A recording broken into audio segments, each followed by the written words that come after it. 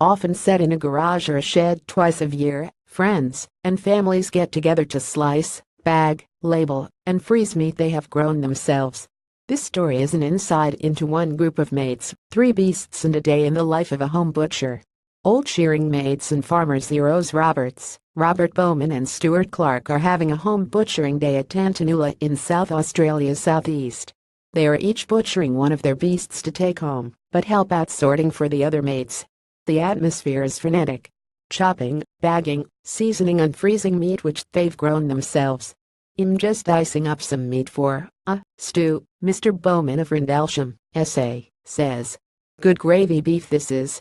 I was shearing for a bloke down the road and Eros started work there, and he liked talking a bit, so I used to listen to him.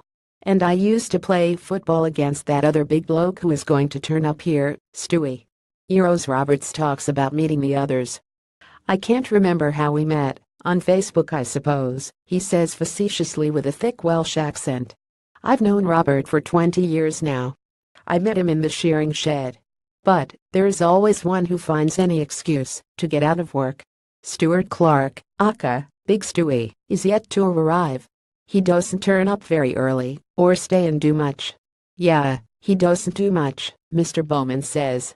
Has the most busiest bloke in Australia, Mr. Roberts adds. Robert Bowman feeds a future schnitzel through the tenderizing machine. Visiting butcher Robert Fox pumps pickling fluid into a bag to create corned meat. Meat is sliced and bagged ready for freezing. Of life on the road they've invited their mate Robert Fox over. Hess a home butcher who travels around the southeast of SA with a cold room instead of sharp knives. He started out as an apprentice butcher, quitting to become a crayfisherman before coming back to the knives. There's a lot of people who ring up so-and-so gave me your number. A lot of work has come through word of mouth, Mr. Fox says. Robert Bowman, the farmer, chimes in. I try to screen them. If they ask me I say, hang on, gotta work out what sort of bloke you are first. Mr. Fox laughs when asked if he has a marketing strategy. Probably not. Just people ring up, and if I've got a space in the diary, well, it's quite enjoyable.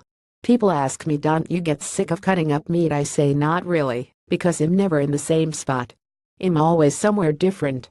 Sometimes it could be twice a day. You sort of find somebody different to talk to, and some people have different ideas of what they want done. And I get to see some of the countryside. There's roads I've been down to, and places I've been that I never even knew existed. Butcher Robert and Farmer Robert stand together shaping up a rack of meat. Sharp knives are the key to a safe and efficient butchering, says Butcher Robert Fox. Big freezers, big families. Colleen Roberts is married to Eros and says raising and butchering their own meat is the most efficient way to feed their 7% family. They're all good eaters, healthy eaters, she says. We spend the whole day and there's a lot of bantering between everyone. We all muck in, we all get it done, and it all runs smoothly. There are few layabouts who sit around, y'all notice as the day goes on they'll disappear for a while.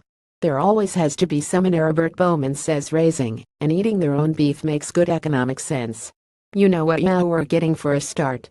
It's a far better idea to do your own, for us anyway. We've got big freezers, we've got big families, he says. Ruby the fearsome and tries, but fails, to help out with the family butchering. Finally Big Stewie arrives. When asked if has been avoiding the work, he says to some degree probably I have, but am busy doing other things. But also, we're only about to start on our beast, so what's the issue, he says with a laugh. He then turns to his mates. I can't believe you stitched me up. Oh, you don't have to record that. The day's over.